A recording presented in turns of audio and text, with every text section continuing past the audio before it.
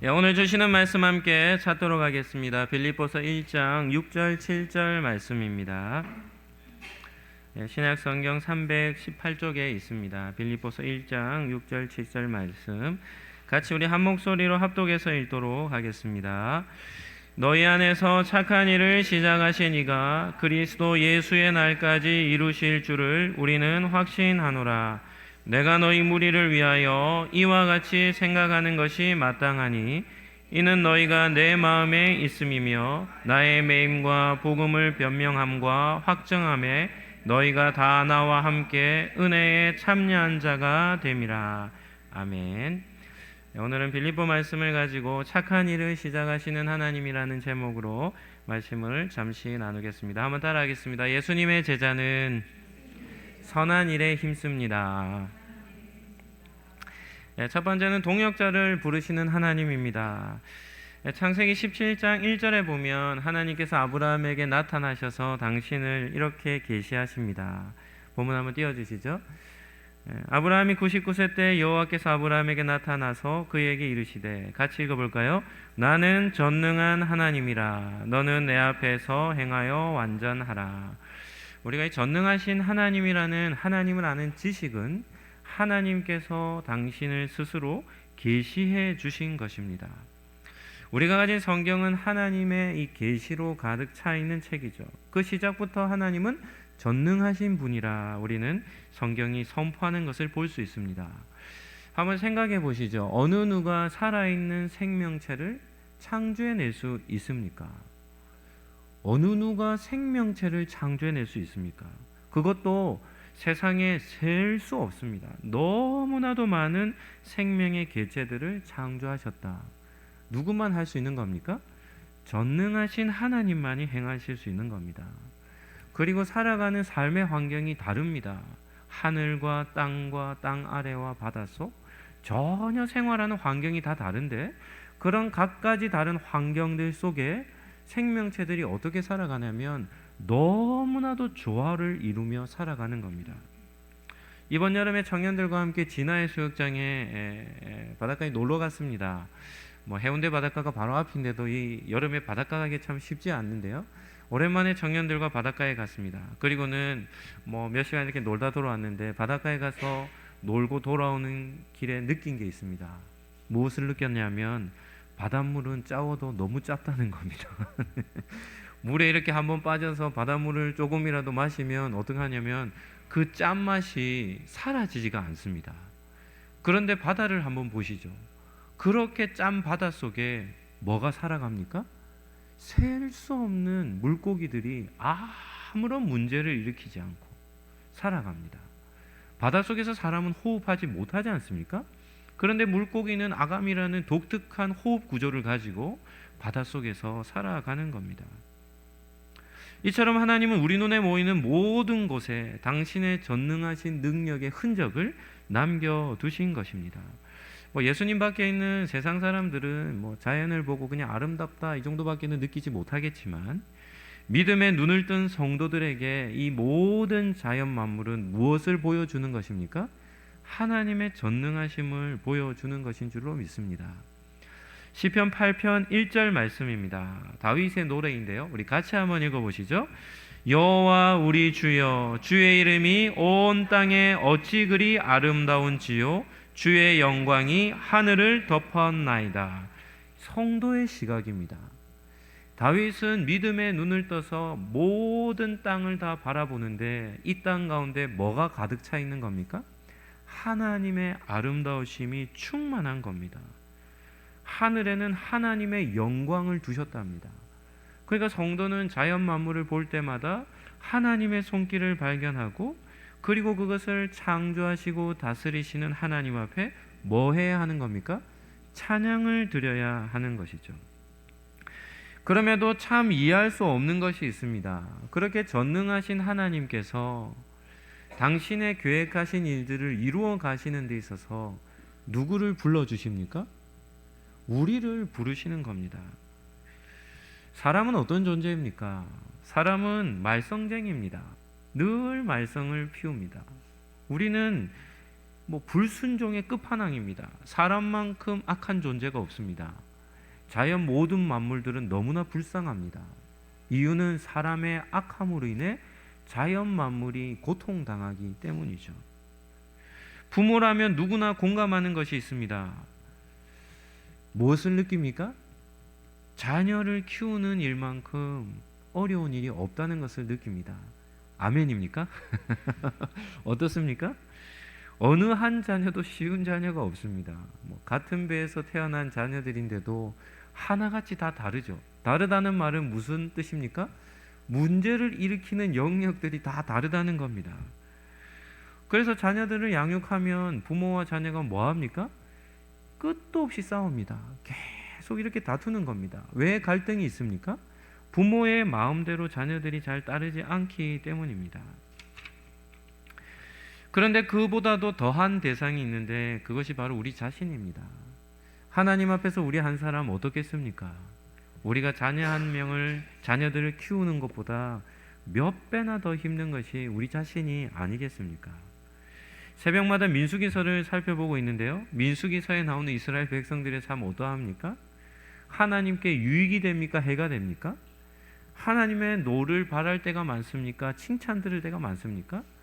이스라엘 백성의 이 40년의 광야 여정은 하나님 앞에서 계속해서 반역하는 겁니다. 큰 죄를 짓는 것이죠. 그런데 그러한 모습이 단순히 이스라엘 백성들의 모습만이 아닙니다. 누구의 모습입니까? 우리의 모습이 동일하지 않습니까? 감사보다 원망과 불평이 더 많습니다. 온전히 순종하기보다 핑계댈 거리들이 우리는 더 많은 것이죠. 그런데 그런 우리를 하나님은 당신의 사역의 동력자로 불러주십니다. 하나님의 사역은 어떻습니까? 가장 영광스러운 일입니다. 우리가 마지막 하나님의 심판대 앞에 서게 되었을 때 하나님은 우리에게 무엇을 보고 우리의 삶을 평가하시겠습니까? 너는 나의 일을 충성스럽게 잘 감당한 그런 일꾼이었노라 칭찬하는 것이 가장 큰 은혜가 아니겠습니까? 하나님의 사역은 영광스러운 겁니다. 하나님 나라에서 칭찬과 영광이 주어지기 때문입니다. 성도는 자신의 영적 상태를 잘 점검해야 합니다. 우리가 세상을 살아갈 때 우리 속 사람의 우리의 내부에 있는 내면을 잘 들여다보아야 합니다. 세상에서 삶을 살아가면 자연스럽게 우리의 내적 상태는 어떻게 될까요? 세상의 것들이 그냥 물밀듯이 밀려옵니다. TV를 통해 보든 휴대폰을 통해 보든 모든 미디어를 통해서 우리의 눈과 귀를 다 장악해버리고, 감각이 장악된다는 말은 무엇을 뜻하냐면 우리의 마음이 장악된다는 것을 뜻합니다. 그래서 세상의 정욕, 잘못된 생각들로 우리 속에 꽉 차들어오는 것이죠. 주를 위해 살겠노라 마음에 다짐하지만 세상에서 삶을 살아가면 그러한 세상의 물결을 다 막아내지 못하는 겁니다. 이런 이유 때문에 무엇을 해야 합니까? 한번 따라 하시죠. 매 주일마다 예배를 드려야 합니다. 이 예배 시간은 뭐 하는 시간입니까? 우리의 속사람을 정화시키는 시간입니다. 세상 가운데 들려지지 않았던 누구의 음성을 듣는 시간입니까? 하나님의 말씀을 듣는 시간입니다. 그래서 주일 이 시간 우리의 귀를 열어 하나님의 말씀을 듣고, 하나님이 우리에게 원하시는 삶이 무엇인지를 우리는 깨닫고 다시금 말씀으로 우리 속에 채워 우리는 세상 가운데로 나아가야 하는 것이죠. 오늘 본문 말씀 6절 말씀을 한번 보실까요? 너희 안에서 착한 일을 시작하신 이가 그리스도 예수의 날까지 이루실 줄을 우리는 확신한다. 하나님은 우리에게 하나님의 사역이 어디서부터 시작됩니까? 우리 안에서부터 착한 일을 하나님은 시작하시는 것이죠. 첫 번째는 우리를 거듭나게 하시는 겁니다. 그러고 나서 우리 마음속에 하나님의 뜻을 품게 하시고, 그리고 하나님의 동력자들로 우리를 세워주시는 것입니다. 이러한 일은 어떻게 할 때 생기냐면 말씀을 들을 때 생기는 것입니다. 우리가 지금 행복축제를 준비하고 있습니다. 하나님의 선하신 뜻을 우리는 마음에 품어야 하는데 그것이 바로 영혼을 품고 기도하는 겁니다. 이것이 하나님의 선하신 뜻입니다. 우리 속에서 하나님이 착한 일을 시작하시는 뜻입니다. 따라서 우리는 마음속에 이 마음을 잘 품어야 하는 것이죠. 7절 말씀을 보시죠. 내가 너희 무리를 위하여 이같이 생각하는 것이 마땅하니 이는 너희가 누구 마음에 있습니까? 내 마음에 있음이며. 사도 바울의 마음에 빌립보 교회 성도들이 있는 겁니다. 나의 매임과 복음을 변명함과 확증함에 너희가 다 나와 함께 은혜에 참여하는 자가 됨이라. 사도 바울이 복음을 전하는 방법도 동일합니다. 제일 먼저 뭐 하는 겁니까? 영혼을 품는 겁니다. 영혼을 품는 것이죠. 그리고 그들을 위해 기도하며 전도한 이후에 어떻게 하냐면 그들을 동역자로 세우는 것입니다. 행복축제까지 한 2주 정도 남아 있습니다. 우리 영혼들을 품으시고 또 평소에 늘 기도했던 전도의 대상자들이 있다면 마음에 잘 품으시고 그들을 위해서 그냥 기도하지 마시고 좀 뜨겁게 기도하는 그런 시간들이 되기를 축복합니다. 그리고 우리가 행복축제 할 때에 그들을 주님께로 인도하시기를 예수님 이름으로 축복합니다. 한번 따라 하시죠. 예수님의 제자는 선한 일에 힘을 씁니다. 아멘입니까?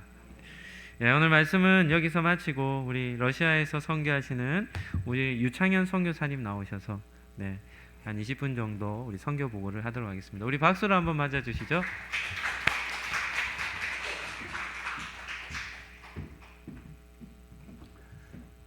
할렐루야. 여러분 뵙게 돼서 대단히 반갑습니다. 제가 딱 두 번째 왔는데요. 저를 기억하시는 분이 있으시려나 모르겠는데 물론 저기 정 목사님은 분명히 기억하시지만 다른 분들은 어떻는지 모르겠습니다. 어쨌든 또 이렇게 새 목사님과 함께 아름다운 교회로 성장해가는 모습을 보니 감사하고요. 내가 우리 이 젊은 우리 새 젊다고 그러니까 좀 이상하긴 한데 정 목사님이 제가 선교 편지를 보내면 꼬박꼬박 답장을 해주셔요. 제가 여러 이제 선교 편지를 많이 보내지만은 기도 편지죠. 기도를 해주세요 하는데 아무도 답이 거의 없어요. 선교사만 일방적으로 편지를 보내는데, 근데 우리 정 목사님이 이 답장을 이렇게 보낼 때마다 뭐 간단한 답장이지만은 써주시는 것을 보면서 참 성실하신 목사님이시다. 한 번도 보지 못했지만 그거 하나만이라도 참 성실하신 목사님이다. 그런 생각. 이런 답장을 써주시는 분은 분명히 우리 저를 위해서 제가 사역하는 러시아 선교를 위해서 기도해 주실 것이다 라는 믿음의 확신이 있었습니다. 그래서 이번에 기회에 있을 때 한국에 잠깐 나왔는데 저희 뭐 개인 가정사도 있고 제 개인적인 또 이 본부와의 관계도 있고 또 그래서 나왔는데 마침 저의 아이들이 하나는 미국에 살고 미국에서 여자인데요. 여자아이인데 미국에서 목회자로 이제 살고 또 둘째는 캐나다에 사는데 한 가족이 이렇게 한꺼번에 모일 때가 참 없었는데 한 8년 만에 개인 가정사로 인해서 함께 이렇게 모일 수 있는 기회가 있었습니다. 그래서 나왔는데 나온 길에 또 울산에 오래된 친구 목사님 몸이 불편해서 방문하면 가는데 또 여기까지 와서 가장 새로 오신 정 목사님을 한번 뵙고 가야겠다.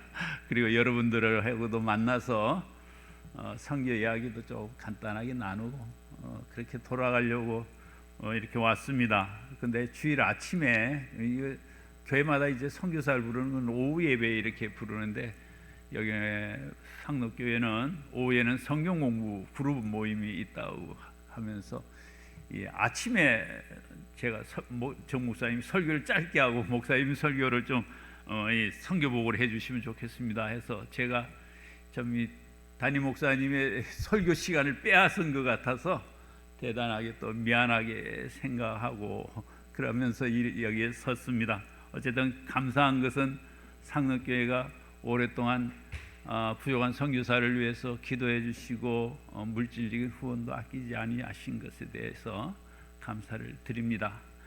고맙습니다.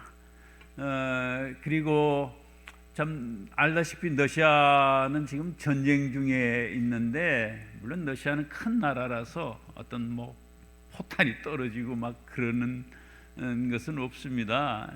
이 미국이 러시아 본토에는 이제 공격하지 말라고 했기 때문에 가끔 드론이 한 번씩 날아다니면서, 어디서 보내는 드론인지는 잘 모르지만은 막 사이렌이 울리고 막 이렇게 급격히 이제 방공화 같은데 숨으라는 방송이 나오기는 가끔 합니다만은, 그러나 어떤 실질적인 어떤 전쟁의 참화는 느낄 수는 없습니다. 다만 러시아의 많은 사람들이 기쁨이 없어지고요.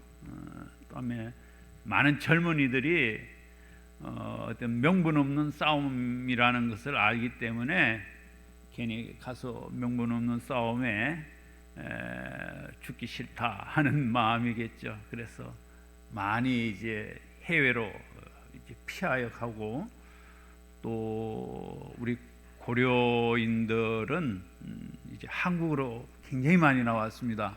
한국에서 그렇게 문을 완전히 열어서 이렇게 오는 사람들에게 거의 다 받아주고 있기 때문에 우리 교회 뭐 고려인 젊은이들이 이제 한국에 굉장히 많이 나와서, 안산에 얼마 전에 제가 지난주에 갔었나요? 저지난주에 갔었는데, 그 우리 교회를 안산에 옮겨놓은 것처럼 많은 젊은이들이 거기에 와 있더라고요. 참 감사한 일이기도 하고, 또 한편으로는 다 떠나는데 누가 남은 자가 될 것인가 하는 그런 생각도 가지게 됩니다. 자, 오늘 먼저 짧은 시간이기 때문에 제가 사역하는 사역 현장을 뭐 제 개인적으로 만들어서 편집한 거기 때문에 뭐 좀 고르지 못합니다만은, 개인적으로 만든 사역 현장을 잠깐 한번 보시고 거기에 대한 설명의 말씀을 드리도록 하겠습니다. 예, 보여주시죠.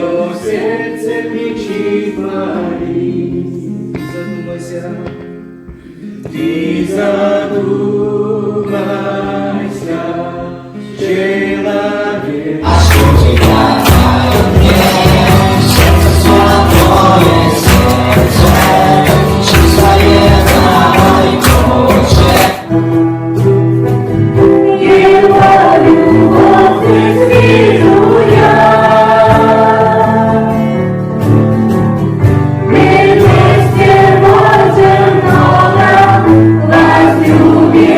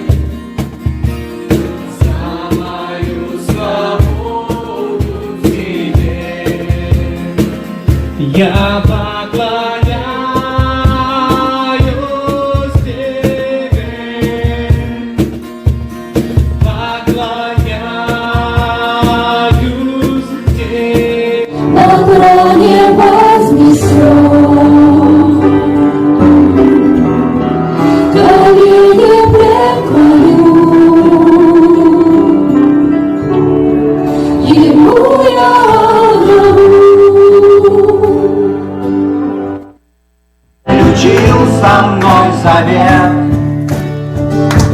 Торжествуйте, народы, нам Господь Искупитель Иисус.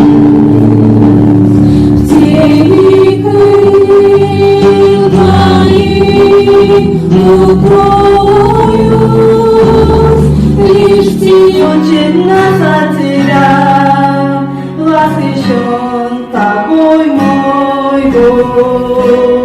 Я только твой, ты правда, я сейчас чин, ты искупит. совершенство Твое имеет границ. Я ценю каждый миг жизни с Тобою. Ты бессилие мое утираешь с ресниц, наполняешь меня верой живою. Я предвкушаю красоту поклонения. Я воздеваю руки к Тебе без страха и сомнения. Совершенный Бог, поклоняюсь я святость. 예, 뭐 여기저기 이 사역 저 사역 사진을 찍다 보니까 분주한데요. 요즘 러시아는 이제 자녀를 놓으면은 한 3시 되면은 자녀가 3시 되면은 집을 한 채 줘요. 그래서 그 우리 고려인들 또 중앙아시아에서 오신 분들이 자녀들을 많이 놓으려고 그래서 작은 교회지만 아이들이 많이 있습니다. 우리가 그래서 우리나라도 좀 생각해 봐야 되지 않겠나 그런 생각도 같습니다만, 우리가 주일학교를 여름 성경학교를 하고요, 그다음에 겨울 성경학교도 하는데, 마침 하나님께서 저희 미르 성교회는 제가 초기에 여러 가지 일을 할 때 재정적인 어려움 때문에 배지로에 온 여러 한국 선교사들 초교파적으로 함께 팀 사역을 하면서 미르 선교회라는 선교회를 구성했습니다. 그래서 재정을 나누어서 함께 공동 사역을 통해서 그 땅에 선교를 하자 하는 생각으로 미르라는 이름의 선교회를 했는데, 미르는요, 그 러시아 말로 평화 혹은 세계라는 뜻을 가지고 있습니다만은, 또 한편 첫 자를 따서 M은요 미시아, 러시아 말로 미션, 미시아라 그러는데 미시아. 그 다음에 우리 예수를 갖다가 러시아어로 이수스로 그럽니다. 그 다음에 미션, 선교로 그러니까 미시아, 그러니까 예수 선교, 예수 선교회다, 러시아 예수 선교회다, 그런 말을 이제 첫자로 해서 미르라 그렇게 붙였습니다. 이 미르 선교회는 벌써 20여 년이, 제가 사역하는 곳 이미 아시는 분들 여러분 다 아시겠지만 상트페테르스부르크입니다. 상트페테르스부르크는 러시아의 두 번째 큰 도시인데요, 인구가 600만이 되는 큰 도시죠. 부산이 한 400만 뭐 그렇다. 얼마입니까? 340만이에요. 예, 하여튼 제가 알기로는 그런데 상페테르스부르크가 600만이니까 상페테르스부르크보다 더 큰 도시다, 그렇게 제정 러시아의 그 수도였고요. 거의 280년, 70년간의 수도였고, 물론 혁명이 일어난 후에 수도가 모스크바로 옮겨갔습니다만은 제정 러시아 시대의 그 왕궁과 그 다음에 여러 가지 교육기관 모든 것들이 그대로 이제 남아 있는 그런 도시입니다. 가장 그 러시아에서의 유럽과 닮아 있는 그런 곳이고요. 사람들의 교육 수준도 그렇습니다. 문화 수준도 다 유럽 쪽인데, 자, 그런 곳에서 이제 저는 처음 시작할 때 고려 사람들을 중심으로 사역을 했습니다. 그래서 고려 사람을 통해서 러시아인을 선교한다, 그렇게 해서 러시아인들을 선교를 하는데, 러시아인들은 그들이 천년을 내려오는 러시아 정교회의 영향 때문에 참 굉장히 우리가 이슬람 무슬림들에게 복음을 전파하기 어렵듯이 이 러시아 정교회의 사람들에게 전도하기는 쉽지는 않습니다.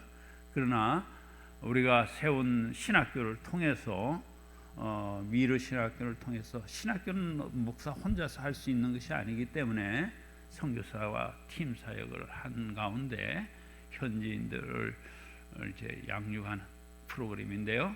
그들을 통해서 목사를 세우고 그들을 통해서 교회를 개척하는. 그래서 저희가 하는 사역 가운데 특별히 제가 또 장로교 목사이기 때문에 베체르부르크에 있는 장로교 선교사들과 팀, 또 다른 하나의 팀을 구성해서 장로교 목사를 세운 사람들을 또 중심으로 해서 장로교 노회를 구성했습니다. 말하자면 교회는 상위 기관이에요. 교회와 교회에 연합하는 어떤 상위 기관이 필요한데, 그것이 노회고, 노회가 나중에 총회가 됩니다만은 일단 지역적으로 상페테르부르크 장로교 노회를 세워서 그것을 이제 제가 시작을 해서 제가 노회장도 하고 하면서 이제 현지인에게 다 이양을 해서 현지인 중심으로 노회가 운영되어지고 있습니다. 그래서 우리가 봤듯이 목사 안수도 주고요. 선교사의 특권이라는 게, 교회 담임 목사는 함부로 아무나 내가 목사 세우고 싶다고 목사를 세울 수는 없지만은, 선교사의 특권은 이렇게 목사가 될 만한 사람은 목사로 안수할 수 있는 특권이 있어서, 어쨌든 노예를 중심으로 해서 저희가 목사 안수로 세우고, 장로교 상페테르부르크 장로교 노예가 세워져 있습니다. 이 노예는 한국에는 여러 장로교가 있습니다만은 저희는 지금 러시아 장로교 하나인 러시아 장로교를 지향해서 사역을 중심해 나가고 있습니다.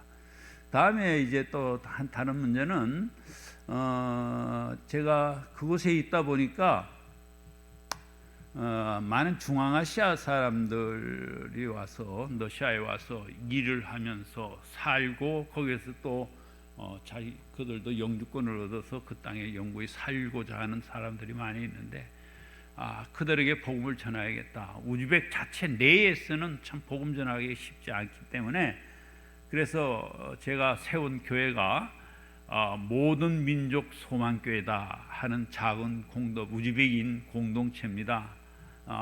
참 무슬림 사람들이, 물론 우즈벡의 무슬림의 강성 무슬림은 아닙니다만은, 그래도 그 현지에서는 그 자기 나라에서는 참 예수 믿기가 쉽지 않은데, 이렇게 러시아에 들어와 있는 우즈벡인들은 그래도 문이 조금 마음이 열려 있고, 자기들도 공동체 안에, 우리 한국 사람들이 예수 안 믿던 사람들은 미국에 이민을 가든지 하면은 한인교회 나가듯이 그들도 하나의 모임 공동체에 나오기도 하고 그러는데, 이 모든 민족 소망교회, 모든 민족이라는 게 열방이죠. 우리 한국말 하면 열방교회, 열방 소망교회인데, 모든 민족 소망교회를 통해서 무슬림들에게 이제 복음을 전하는데, 아까 그 찬양은 러시아하고 찬양한 우즈벡 교회에서 찬양한 것은 우즈벡 언어로 찬양한 것입니다.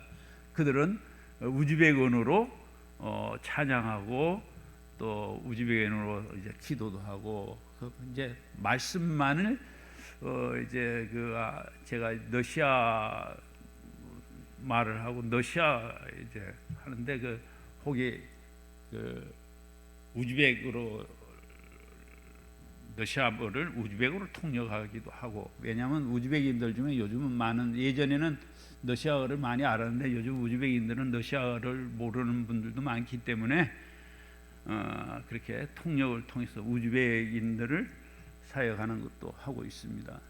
이 모든 민족 소망교회를 위해서도 여러분들이 기도해 주시기를 원하고요.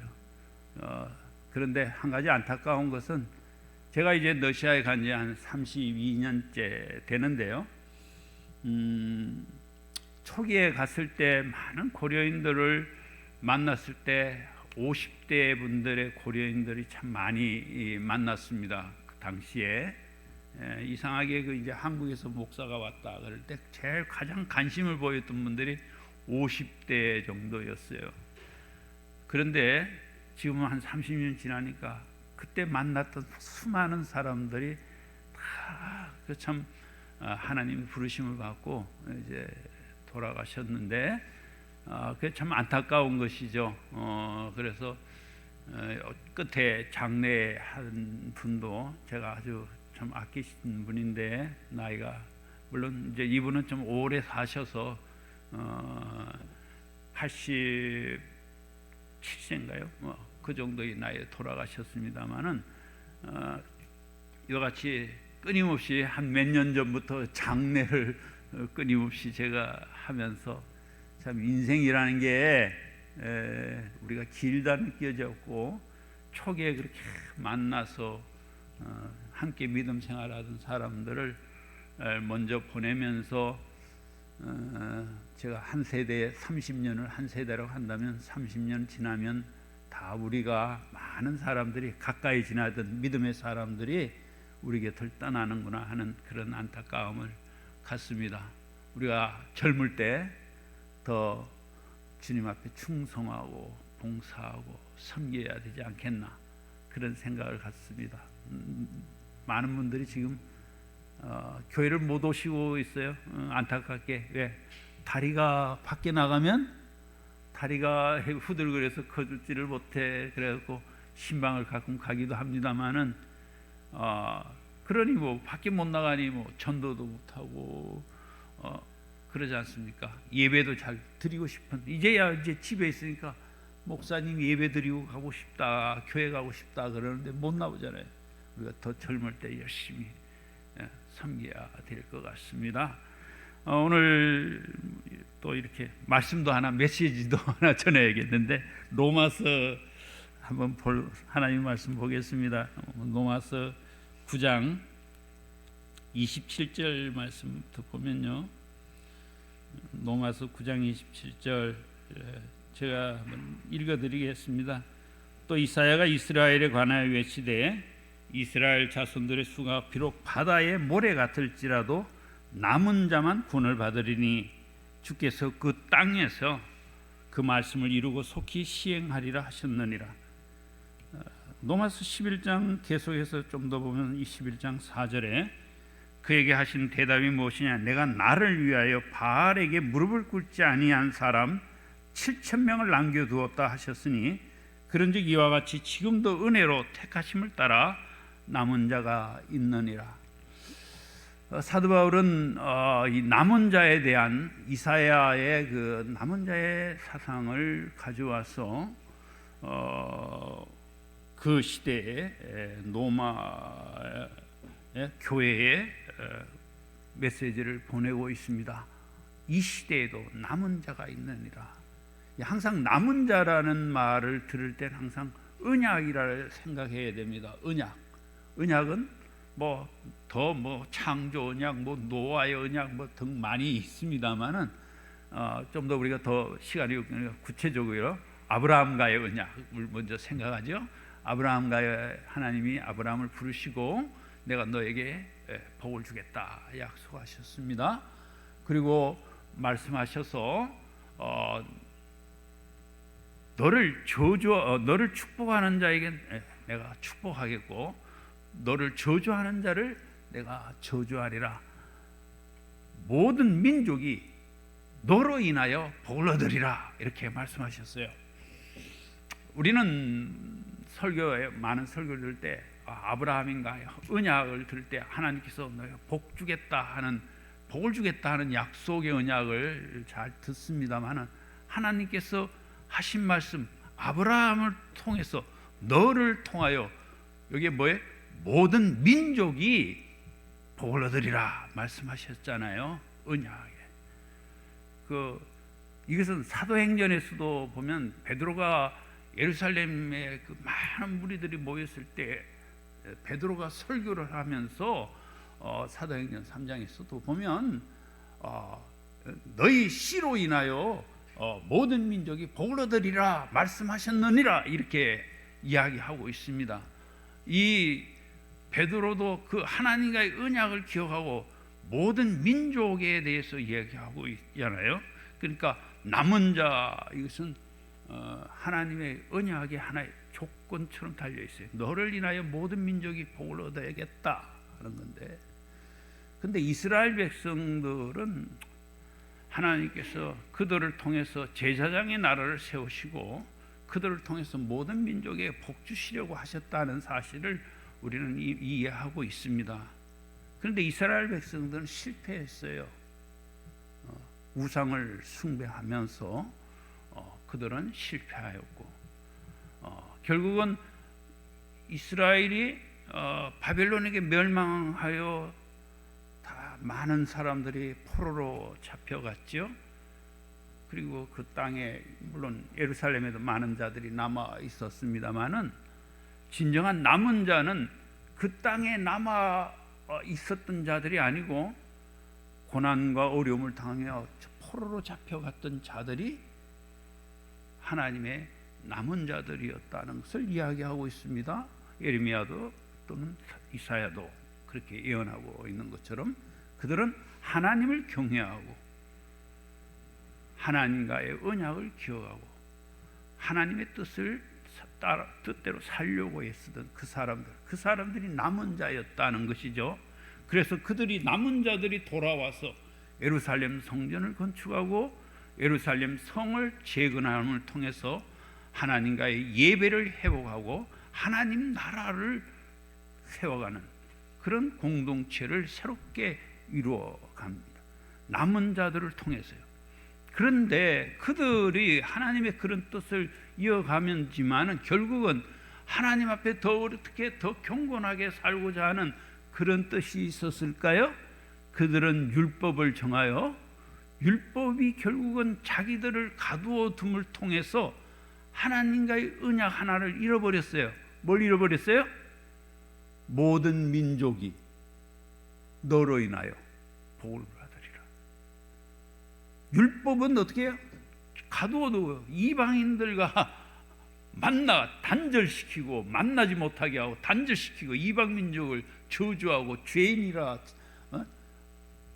단죄하는 그런 율법 체계를 그들이 가짐으로 통해서 결국 하나님은 새로운 새 언약의 백성을 찾기를 원하셨습니다. 그래서 최후의 남은 자가 누구예요? 예수 그리스도. 예수 그리스도 그분을 통해서 새 언약의 백성을 낳으셨습니다. 그것이 오늘날 그리스도인이죠.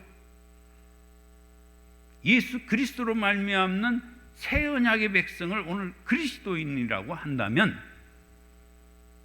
이 시대의 남은 자, 그러면 수많은 그리스도로 말미암아 예수로 남는 수많은 자들, 갈라디아에서 말하는 것처럼 갈라디아서 3장 25절에 말씀하는 것처럼 너희가 그리스도에게 속하였으면 곧 아브라함의 자손이요 약속대로 유업을 이룰 자이니라 말씀하셨는데 그 말씀대로 한다면 이 모든 예수 믿는 자들이 다 오늘날 영적 아브라함의 자손이고 영적 아브라함의 자손들은 하나님과의 언약을 맺어 대로 곧 우리가 이 땅의 대제사장이 되고 모든 민족들을 위하여 저들을 위한 기도하는 백성들이 되어야 되고 저들이 우리를 통해서 복을 받아야 되는 그러한 위치에 있다면 우리는 이 언약을 기억하고 나를 통해서 우리를 통해서 우리 교회를 통해서 하나님의 언약을 지키는 백성으로서 모든 민족이 우리를 통해 복을 받아야 되겠다 하는 것을 생각하게 되는 것입니다. 거기에 뭐가 있어요? 선교의 당위성이 있는 거예요. 아이고 우리 교회도 어려운데 뭐 외국에 무슨 선교하고 도와주고 우리도 어려운데, 그것은 하나님과의 언약을 모르는 것이죠. 저는 믿습니다. 선교하는 교회, 우리가 받은 복을 다른 민족에게 나누어 줄 수 있는 그런 교회, 그 교회에 하나님께서 더 복을 채워주시리라고 믿습니다. 유대인들이, 이스라엘 백성들이 율법으로 인하여 자기 자신들을 가두어 두었을 때 결국 그들은 부패하고 썩어서 멸망할 수밖에 없는 처지에 이르렀습니다. 물은 가두어 두면 썩어요. 물은 흘러가야 되죠. 요단강을 통해서 갈릴리의 물이 흘러갔을 때 갈릴리 호수는 아주 생명이 사는 건강한 호수가 바다가 되었지만, 받기만 하고 흘러보내지 못하는 사해 바다는, 뭐 바다라고 할 수는 없지만 하여튼 호수, 사해 바다는 생명이 살 수 없는 곳입니다. 오늘 하나님께 받은 복을 우리가 나누어서 우리를 통해서 모든 민족에게 나누어주는 복의 통로가 될 때에 하나님의 축복이, 놀라운 하나님의 축복이 있을 것입니다. 믿습니까? 아멘. 예, 그렇습니다. 우리는 오늘 새 언약의 백성으로서 오늘 이 시대의 남은 자입니다. 주님께서 사도 바울을 통해서 하시는 말씀이 뭡니까? 그런즉 이와 같이 지금도 은혜로 택하심을 따라 남은 자가 있느니라. 교회들이 다 어렵다고 선교를 끊고 선교사를 보내놓고도, 참 죄송한 말씀입니다마는 선교사를 파송하여 보냈으면 그 교회가 어찌하든지 책임을 져야 되잖아요. 많은 선교사들이 선교 이렇게 이제 후원을 못하겠다고, 교회가 어렵다고 후원을 끊겠다고 해.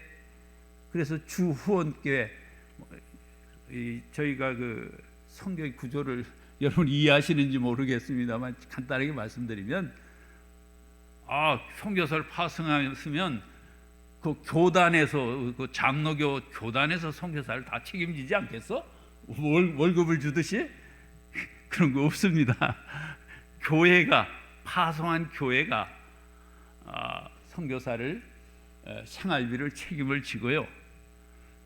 교회마다 선교사 한 사람 이제 뭐 이렇게 파송해서 생활비를 주는 것은 뭐 부목사님 정도의 생활비를 줘야 되는 것이죠. 그런데 그러면 이제 선교사는 생활비만 갖고는 선교를 할 수가 없으니까, 왜? 사역을 해야 되니까. 현지인들이 선교사 목사만 쳐다보고 있는 사역자들이 많이 있습니다. 물론 교회가, 현지 교회가 많이 크게 부흥하면 또 문제는 좀 다르겠습니다만은, 선교사를 쳐다보고 일꾼들이 많이 세워지면 신학교 뭐 운영하고 여러 가지 신학교도 운영해야 되가면 그 많은 비용들은 여러분 교회같이 선교사를 협력하는 교회들이 도와주는 것을 모아져서 사역을 하게 되는데, 많은 교회들이 어렵다고 이렇게 끊어요. 손쉽게 끊죠. 그러면은 선교사들이 사역을 하는 데 있어서 어려움이 있습니다. 그러나 우리가 분명한 것은 뭡니까? 우리가 하나님과의 언약을 생각하고 우리를 통해서 모든 민족이 복을 얻으리라 하는 그 말씀대로 우리가 사역을 하면 하나님께서 채워주실 것이라고 믿습니다. 예, 그래서 오늘 우리는 이 시대의 남은 자들로서 우리는 모든 민족들의 죄를 회개하는 제사장의 역할을 감당해야겠고요. 복음은 하나님의 사랑입니다. 하나님의 사랑을 전하는 제자들이 되어야 하겠고요. 또 하나님의 크신 이름과 영광을 드러내는 예배자들로서 이 시대의 남은 자들로 살아야 되리라고 믿습니다. 아멘. 기도하겠습니다. 사랑이 많으신 하나님 아버지, 상록교회 살아가는 상록교회에 와서 주의 성도님들과 함께 예배하며 사역 현장과 또 간단한 우리가 왜 선교해야 하는지를 전했습니다. 부족하겠지만 우리 주님 아무쪼록 주님의 뜻이 전해졌기를 원하옵고, 살아가는 교회를 통해서 이제까지도 함께 하셨고 선교의 역사에 동참하였듯이 이 교회를 부흥케 하시고 놀라운 하나님의 영광이 이 교회를 통하여 드러나게 하옵소서. 또 새로운 목사님이 오셨으니 목사님과 함께 힘을 하여 이 지역사회 곳곳에 하나님의 복음의 씨를 뿌리며 모든 우리의 하나님과의 언약을 맺은 것처럼 모든 민족이 살아가는 교회를 통해서 복을 받게 하옵소서. 감사하오며 예수님의 이름으로 기도하옵나이다. 아멘. 구원의 은혜를 베풀어 주시는 예수님의 은혜와 영혼을 품게 하시는 하나님의 사랑과 선한 일에 동참케 하시는 성령님의 교통하심이 영혼을 품고 선교하며 기도하며 전도하며 또 나를 통하여 다른 나라에 복이 되는 그런 삶을 살고자 다짐하는 우리 상록교회 모든 권속들, 각 가정들, 지금도 세계에 흩어져서 복음을 전하는 선교지들 열방 위에 지금부터 영원토록 함께 있을지어다. 아멘.